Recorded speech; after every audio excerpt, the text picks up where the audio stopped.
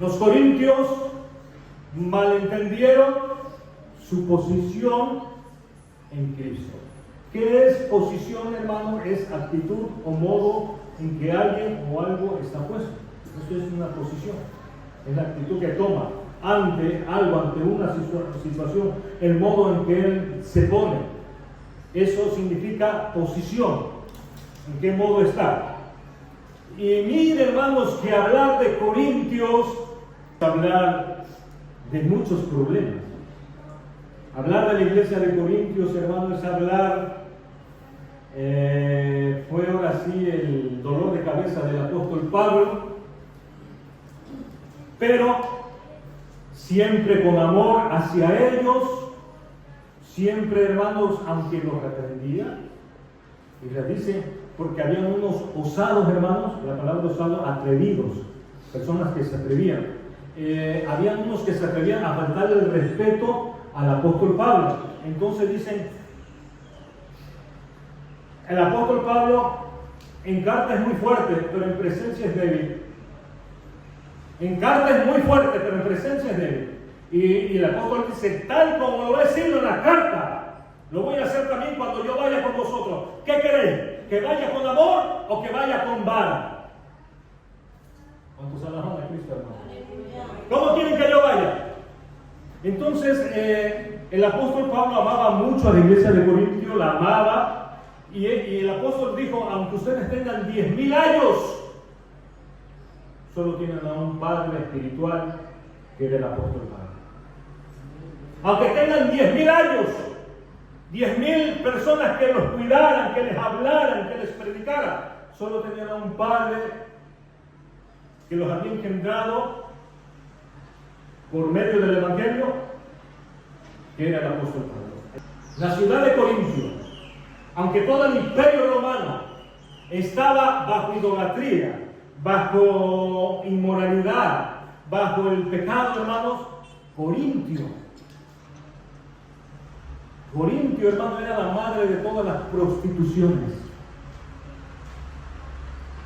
Incluso cuando un romano se refería para ir a visitar a una ramera, a una mujer, hermano, ¿saben cuál era la palabra? En vez de decir vamos a adulterar o algo, decían vamos a corintiar.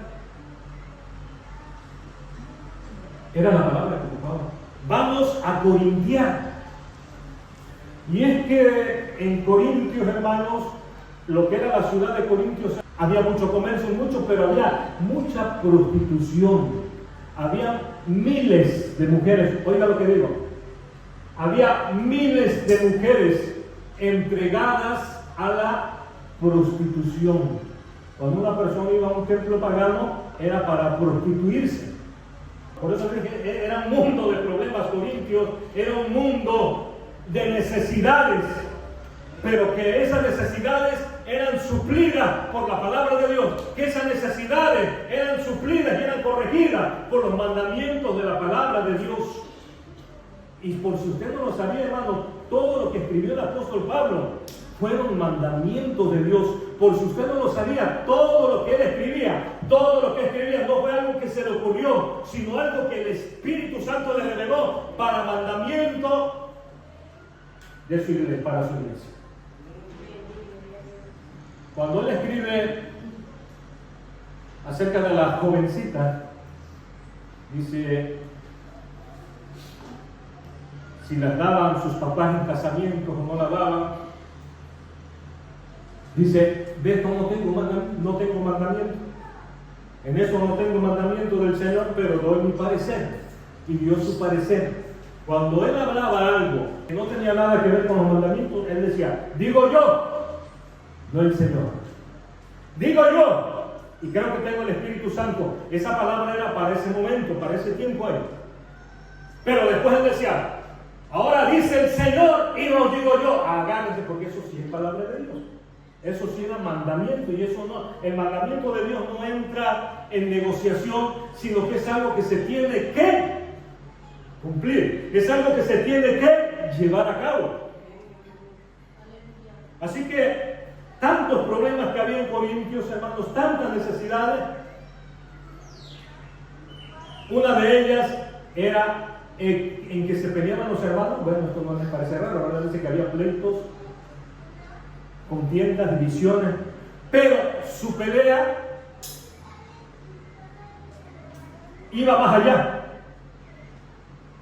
Cuando un hermano se sentía defraudado, la palabra defraudado, le hizo trampa al hermano, le engañó el hermano, agarraba y se iba a los tribunales paganos a ponerle una demanda.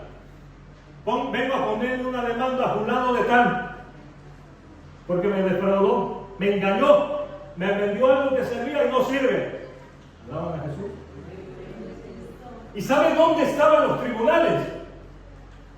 Los tribunales anteriores, los romanos solían ponerlos en el centro de la plaza del mercado. Ahí estaba la silla del tribunal. ¿Y por qué? ¿Por qué lo ponen así? Ahí. Porque solía ser atractivo las peleas y las discusiones, como hoy en día, ¿verdad? Cuando ven un pleito, ¿qué hacen los jóvenes cuando se pelean en la secundaria? ¿Qué hacen los jóvenes cuando se pelean en la prepa o en cualquier nivel escolar? Mira, eso, dale. ¿Se ha visto? Entonces, esto decían, son buenos, hoy va a estar bueno, ¿quién cree? A lo mejor hasta mandaban hasta correos, invitaciones. Mañana tenemos algo bueno, sabroso, vénganse con palomitas, vénganse preparados con su refresquito, y si no, aquí mismo compran en el mercado. ¿Qué creen? Tenemos el pleito de dos hermanos, de dos disque cristianos, de dos que alaban a Dios, que son ahí hermanitos. Mañana los tenemos aquí en pleito, y van a estar en pleito. ¿Sabe? Cuando el apóstol Pablo decía esta palabra, ¿osa alguno de vosotros ir entre los tribunales?, lo decía avergonzado. Se le caía la cara de vergüenza al apóstol Pablo. ¿Cómo es posible que un cristiano se atreva a demandar a su hermano en las autoridades terrenales? Hermano, esto está prohibido por la palabra de Dios. Alguien que el hermano, y ha sucedido, hermano, ha sucedido que a lo mejor el hermano le compró un coche al hermano, y como le dice, no hermano, está nuevecito el motor casi, y a los 2 o 3 días se le desviene el hermano el coche. Y se molesta, y ha sucedido. En Estados Unidos hay demandas, allá se da mucho esto. ¿Y qué creen, hermanos? ¿Qué creen, iglesia? Las demandas son entre mismos hermanos.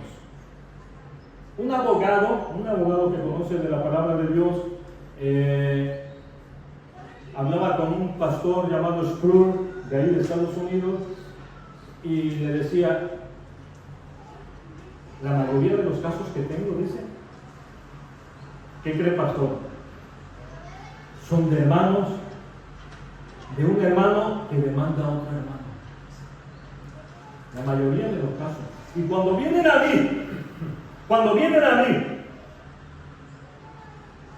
y sé que son hermanos, pastor, yo agarro y les digo, ustedes tienen una opción para no salir lastimados, para no salir amargados, para no salir arruinados y derrotados de este caso. ¿Cuál es, hermano? Que retire usted la demanda y se vaya. Y dicen que del 100% que han ido a verlo, solamente el 10% le ha escuchado. Los otros 90% dicen, no, yo procedo. Y aunque han ganado, oiga hermano, aunque han ganado el litigio, aunque han ganado la demanda, dice el abogado, salen amargados, salen con amargura en el corazón, porque no es porque hayan ganado ya va a haber solución al problema. El hecho de que la persona vaya a una demanda y se presente ante un tribunal para demandar a otro hermano, déjeme decirle que desde el momento en que él pisó el tribunal terrenal aquí, ya perdió el caso. como cristiano, ya perdió el caso ante el Señor, hermano.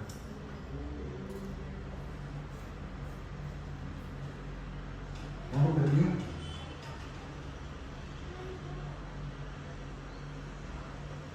Porque la palabra de Dios nos prohíbe. Mire lo que dice en Corintios 6. ¿Osa alguno de vosotros, cuando tiene algo contra otro, ir a juicio delante de los injustos y no delante de los santos? La palabra osa, hermano, es del verbo tolmado, está en tiempo presente. La palabra osa. ¿Qué indica esto? Una realidad continua. No es algo que cometieron. No es algo que hacían. Es algo que estaban, ¿qué? Haciendo. Era algo que estaban, era un estilo de vida que llevaban los hermanos corintios. Era un estilo de vida que llevaban. Un estilo de vida. Ya se habían acostumbrado. En otras palabras, ellos se convirtieron a Cristo, y cuando ellos se convirtieron a Cristo, se trajeron su vida pasada, se trajeron su estilo de vida, se trajeron sus prácticas con Cristo. Por eso ahorita más adelante les dice: no erréis, no erréis, y hace una enumeración. Ninguno de los que practican tales cosas heredará el reino de los cielos. Esto erais algunos, pero ahora ya no. Quiere decir que algunos cristianos vinieron a Cristo, pero no se despojaron del viejo hombre. No se despojaron del viejo hombre que está viciado con los vicios, que está entregado, ¿verdad?, a las cosas de este mundo. Y así habían hermanos en Corinto, y ¿verdad? Yo le alabo de corazón, yo le alabo, mis amigos. ¿Y qué hacían? Conocía a un hermanito, hermanos, que así lo veía. Yo veía, y era viejito el hermano, pero era un viejito mañoso. Un señor grande, pero mañoso, hermano. A veces los viejitos se ofenden, los mañosos, cuando ya están grandes. Y este hermano, usted lo veía cantando. Yo le alabo de esto, y el hermano está zapateado. Y saliendo del culto, se iba allá a la playa, y a escondida, y a fumar. Después del culto. Tremendo esto, hermano. Murió el hermano siendo un fumador. Ojalá y se haya arrepentido en sus últimos minutos. Pero vivía, hermano, él fue fumador toda su vida. Se vino a Cristo y siguió con su estilo de vida. Un cigarro no es malo, la Biblia no lo prohíbe. La Biblia no habla que yo fume. Habla de borrachos, habla de otros pecados, pero la Biblia, a ver, dígame un texto donde la Biblia prohíbe que yo fume. Y es verdad. Pero también la Biblia es clara cuando dice: todo me es lícito, pero no todo conviene. Todo me es lícito, pero no todo edifica. Y si aquello que daña al cuerpo, el templo del Espíritu Santo, hermano, que produce cáncer en los pulmones y que es un vicio, aunque la Biblia no sea explícita y mencione esa práctica, uno como cristiano debe entender que el que está limpio, límpiese más. El que sea santo, santifíquese más. El tiempo es corto, por eso dijo el Apocalipsis, la palabra de Dios. Limpiaos de la vieja levadura, para que seáis nueva masa en Cristo Jesús, porque un poco de levadura leuda toda la masa. Un poquito de pecado, hermano, es un poquito de pecado, un poquito de levadura va a leudar, va a fermentar toda la masa. Por eso el Señor nos invita a hacer fiesta, no en la vieja levadura, sino en la nueva masa, sin levadura, la cual es la nueva vida en Cristo Jesús. Den una ofrenda de palmas al Señor, hermano.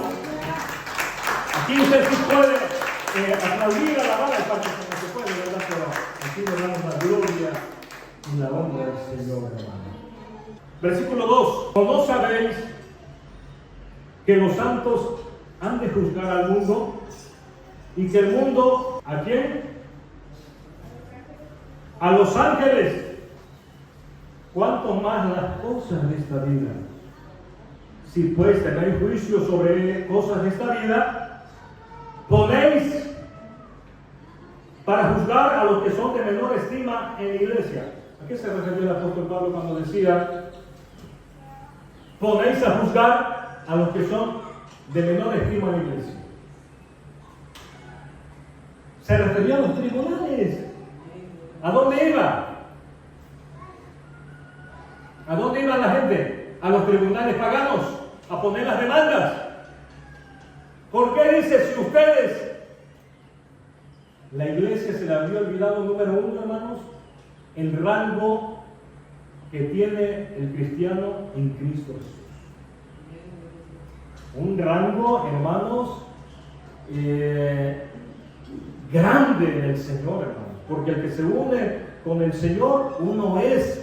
El que se une con el Señor, un espíritu es. Nosotros estamos unidos a Él. Y nosotros reinaremos con Él. Y nosotros nos sentaremos en su trono con Él.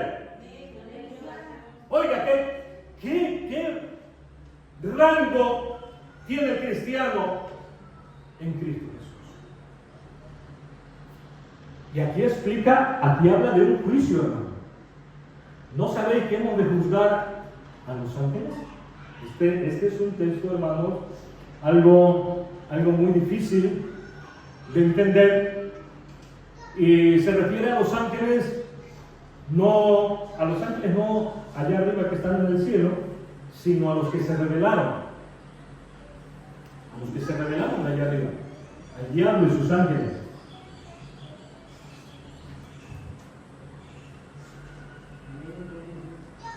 El diablo sabe que le espera un juicio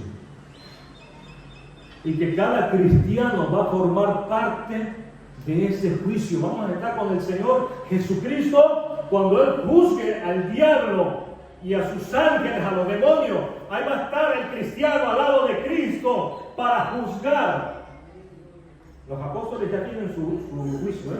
Dice que ellos se van a sentar con Cristo en 12 tronos para juzgar a las 12 tribus de Israel. Ellos ya tienen su puesto.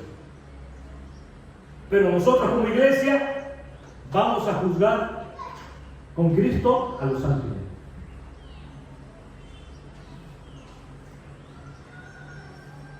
El rango, el nivel que el cristiano tiene en Cristo es superior que los ángeles. Es superior. En primera, Dios no llamó a ningún ángel hijo, pero al cristiano lo ha llamado hijo en Cristo Jesús. Yo me pregunto, no sé si este haya sido el motivo de la soberbia del diablo, de la soberbia del enemigo que se rebeló con Dios, aparte de la iniquidad. ¿Cómo es posible que una criatura esté sobre más que yo? ¿Cómo es posible que un ser humano, aunque no existía el ser humano, pero entienda, pudo haber entendido o oído, escuchado el plan de Dios? ¿Cómo es posible? Por eso el diablo, oiga lo que le digo, por eso el diablo está contento. Y hay una felicidad satisfactoria cuando un hombre es llevado al infierno, porque es uno menos que lo va a juzgar en su juicio. Es uno menos de la creación de Dios. Esto está tremendo, y esto nos asombra de la tal magnificencia, hermano, que está Dios, y de que ahí nos ha sentado Dios en lugares celestiales con Él, y que vamos a estar junto con Él llevando tantas cosas, hermano. Yo a los jóvenes ayer les toqué algo bonito ahí, hermano, acerca de después les abrí una línea del tiempo y les hablé al final eternidad con Dios. ¿Qué sucederá? ¿Qué pasará? ¿Verdad? Señor será nuestro pastor para siempre. Pero ahorita debemos de conocer como iglesia, el cristiano debe de saber que nosotros contamos con todos los recursos. ¿Todos los recursos de qué? De verdad, sabiduría, equidad, justicia, amor, amabilidad, generosidad, comprensión, estamos en el pueblo de Dios. ¿Dónde? Aquí en la palabra de Dios. Si alguno tiene pleito un hermano con el otro, ¿que no hay algún sabio? ¿Que no hay algún entendido? O sea, es necesario que vengan los problemas, es parte de la vida cristiana. Lo que está mal y lo que es un error es que el cristiano vaya ante los tribunales paganos, terrenales, ¿para qué? Para demandar a su hermano. Eso está reprobado. No hay justificación del hecho desde que ya hizo la demanda, ya perdió el cristiano. Ya perdió ante Dios porque no tenía por qué demandarlo. Y a lo mejor aquí no se ve esto, hermano, pero en las ciudades grandes sí se ven. Sí se ven cómo demanda el hermano a su hermano. Es el orgullo, ¿verdad? Y aquí primero, oigan lo que les digo, aquí primero el apóstol Pablo se dirige a los agraviados. Ahorita se dirige a los que agraviaron, a los que cometieron el agravio. Pero aquí se está dirigiendo ahorita a los agraviados. Versículo donde se dirige el apóstol Pablo, vamos a leer el 5. El 4 ya los expliqué, a los que son de menos estima en la iglesia, que son los tribunales terrenales. Para avergonzaros lo digo, para que se avergüencen. Pues que no hay entre vosotros sabio, ni aún uno que pueda juzgar entre los hermanos, sino que el hermano que pleitea en juicio, y esto, ¿a dónde hacía su show? Es lo que le digo, que la silla del juicio del tribunal estaba en medio del mercado. Y cualquiera que entre, que sale, cualquiera de los puestos, cualquiera podía disfrutar de una rica y contenciosa y jugosa pelea entre un hermano y otro hermano en Cristo Jesús. Vean lo que dice el versículo 7. Así que, hermano, por cierto, y es una falta en que tengáis pleito. Ya es una falta, o sea, ya, antes que pongan la demanda, antes que ejerzan la demanda ante los tribunales, ya es una falta de vosotros que tengan pleito. ¿Puede un hermano pelear con otro? No, ya es falta. Ya es una falta. El apóstol Pedro dijo: Señor, ¿hasta cuántas veces perdonará mi hermano que me ofendiera?